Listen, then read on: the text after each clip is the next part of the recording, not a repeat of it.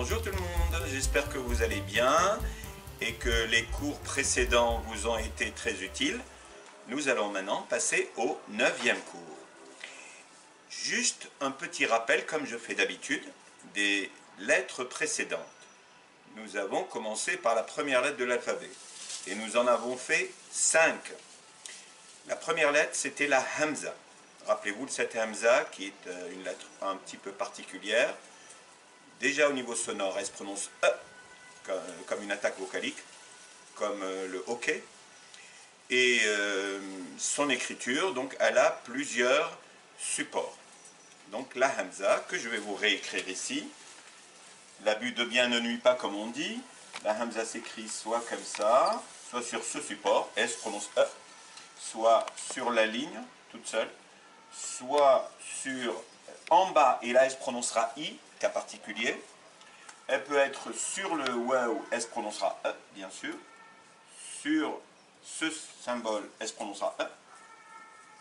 Sur ce symbole, encore une fois, elle se prononcera E. Et, comme je vous ai dit, sur la ligne.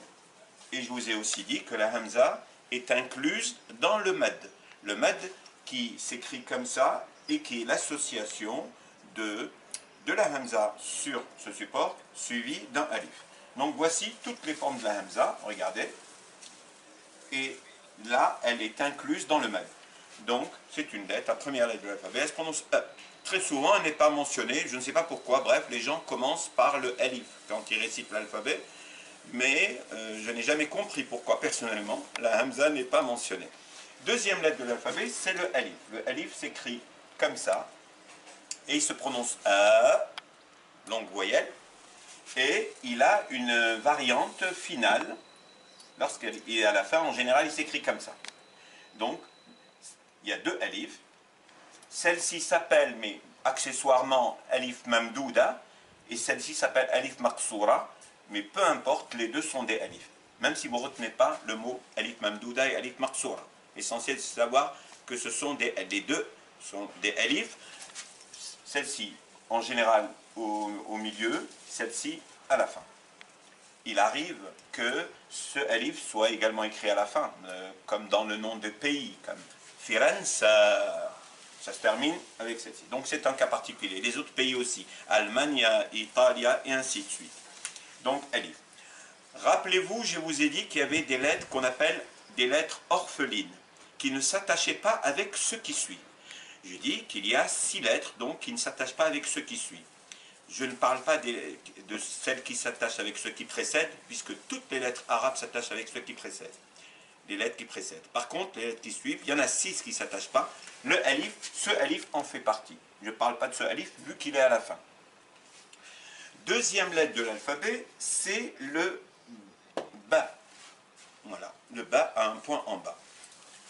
Troisième lettre de l'alphabet, donc première, deuxième, troisième.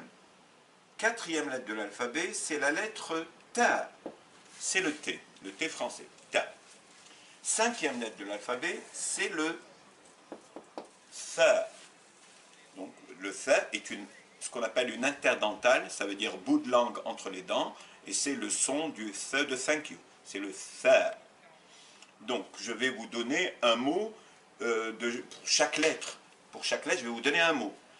Et je vais d'abord vous rappeler que les supports de la Hamza vont être trouvés. Alors on ne peut pas, je ne peux pas maintenant vous dire pourquoi, quel est le symbole qui s'écrit dans ce mot ou dans cet autre mot. Ça, on le verra puisqu'il y a des règles qui président à cela.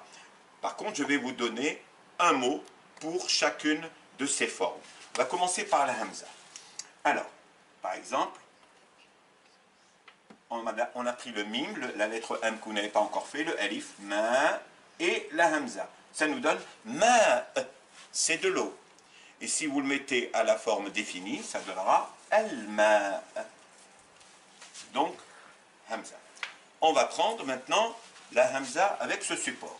Et on va dire par exemple ab, un père. Et si on prend cette Hamza et qu'on lui met une Dhamma, ça devient ou.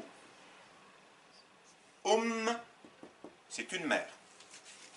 on va prendre maintenant un mot avec... On va prendre maintenant un mot avec ce symbole de la hamza. Regardez, je vais prendre un prénom. Le F et le OU, ça fait fou. La hamza sur ce support, c'est E. Mais on va lui ajouter un alif, ça fait A. Et le D, ça nous donne Fouad. Maintenant, ce symbole. Je vais prendre un ba, je vais lui mettre un I. Je vais mettre ce support de la hamza, ça fait B-E. Et le R, ça nous donne BR, qui est un puits où on sort de l'eau. Maintenant, voilà, on va prendre un mot comme ça, avec ce support. Ça peut être, on va prendre la lettre Ha, la lettre de l'expiration. Ha. Le D avec un I, ça fait Hadi. Et le E, Hadi, ça veut dire calme. Hein, si je vous dis par exemple Ana Hadi, je suis calme. On va apprendre la langue arabe. Là, on est en train d'aborder les lettres de l'alphabet. Donc la hamza, voici les différentes hamza. Et maintenant, on va prendre le mad qui contient aussi la hamza. Donc, on va la mettre au début. A. On va prendre la lettre fa qu'on a apprise aujourd'hui, le fa, avec un alif, ça fait le fa. Et le alif ne s'attachant pas avec ce qui suit, on va mettre le ra. Ça nous donne athar, qui veut dire les ruines. Très bien. Donc, on va passer maintenant au ba. On va prendre un mot qui contient deux ba d'ailleurs. Un ba, le premier ba avec un alif, ça fait ba. Le alif ne s'attachant pas avec la lettre qui suit, ça nous donne bab. Ok? On va passer au ta. Je vais vous donner un mot d'un objet que je viens de manger il y a quelques instants. Essayez de deviner qu'on mange au mois de Ramadan en général. On a le ta, le mim, ça fait tam, et le ra. Ça nous donne tamr. Alors certains vont peut-être me dire pourquoi vous avez prononcé ta alors que vous n'avez pas mis la fatha. Alors je vais vous dire, il y a une pratique arabe courante, c'est que implicitement, quand la première lettre ne porte aucune voyelle, c'est automatiquement un A. Ça peut être un I ou un OU, mais en général, je vous dis, c'est la règle. Donc si j'ai rien mis sur le ta, c'est que c'est ta. Tamr. Alors maintenant, je vais prendre avec la dernière lettre le tha, quelque chose, un objet que les cuisiniers et les cuisinières utilisent dans leur plat qu'ils préparent. On a le tha, on va mettre la longue voyelle ou, thou, et le waw faisant partie des lettres qui ne s'attachent pas avec ce qui suit. Ça nous donne thoum, qui veut dire là. Et maintenant, on va continuer, après avoir vu tout ça, des choses qu'on a déjà vues. Donc, puisqu'on a déjà vu la hamza, le alif, le ba, le ta et le tha. Et maintenant, nous allons introduire les trois nouvelles lettres. Pourquoi trois? Parce qu'elles sont écrites avec le même symbole. Sauf que une a un point en haut, l'autre a un point en bas, et l'autre n'a pas de point. Et les trois lettres sont le jim, le ha et le kha. Alors, ce sont des lettres esthétiques. Hein. Regardez, vous mettez un petit peu en haut de la ligne, vous faites un petit monticule vers le haut, ensuite vous descendez comme ça, et hop, et vous tournez, et vous mettez un point en bas. Ça, c'est le jim, le dj. C'est l'équivalent du DJ, hein, comme dans Djebel. Hein. Le jim. Alors, sachez une chose, qu'en arabe, à chaque fois que vous avez une boucle dans ce sens ou dans un autre sens, on va en voir des lettres comme ça, si la lettre est suivie, elles se mettent toutes les boucles, elles se mettent sur la ligne. Regardez le jim, comment il va devenir. Voilà. Le jim, donc on va prendre un mot. Regardez, on va prendre ce mot, regardez. Ja, on a dit que la première lettre de mot est en général A, donc ja, même si on ne lui met pas le A, je vais quand même le mettre, ja. Je mets un A sur la deuxième lettre, qui est le mim, ma, et le L, ça nous donne Jamel, un chameau. Avec la... Et on va prendre un autre mot quand même, où vous avez le jim à la fin. Donc vous avez par exemple le da qui s'attache avec ce qui suit, le ra et le jim, et donc vous avez darj. Darj, darj, c'est un tiroir. Ensuite, nous passons à la lettre suivante, la même lettre sans point. C'est le ha. Alors le ha, nous avons en arabe deux lettres qui n'existent pas en français, qui se ressemblent mais qui n'existent pas en français, le ha et le ha. Le ha, c'est le h fort. Vous savez, quand on a mal, il y en a qui disent aïe, il y en a qui disent ha.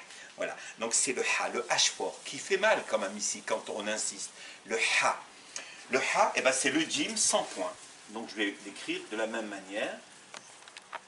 Et lorsqu'il est suivi, il est comme ça.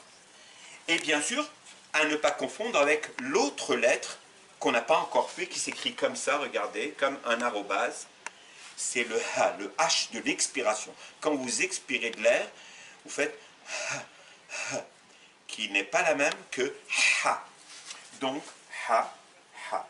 Et donc, nous allons donner un exemple de lettres. Donc, l'une écrite de deux mots, l'une écrite, un mot écrit avec ce ha, l'autre avec ce ha. Alors, on a par exemple ha, le ya avec un alif, hayat, c'est la vie, hayat, et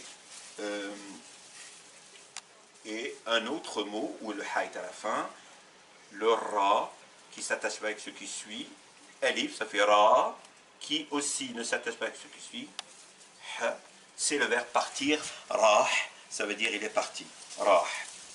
Et enfin, dernière lettre, on va finir par celle-ci, la même lettre avec un point en haut, regardez, c'est le kha, le kha de Khaled, le kha, donc vous avez le kha et vous avez le kha suivi. Et donc on va donner deux mots. Donc le premier, lorsque le kha est au début, un mot que tout le monde connaît, le kh avec un ou ça fait khou, le b non vocalisé, et là c'est pas un ra, c'est un zay, parce qu'il y a un point dessus. Khoubz, c'est le pain. Et si on met l'article al-khoubz, et je finirai avec un autre mot pour donner le kha quand il est à la fin. Et là c'est un mot qui a deux kha, un au début, le kha avec le ou, ça fait khou, et le waou ne s'attachant pas avec ce qui suit, on aura un kha tout seul, et ça nous donne khour, qui veut dire le fruit, la pêche. Voilà, j'espère que vous avez appris des choses aujourd'hui, de nouvelles choses.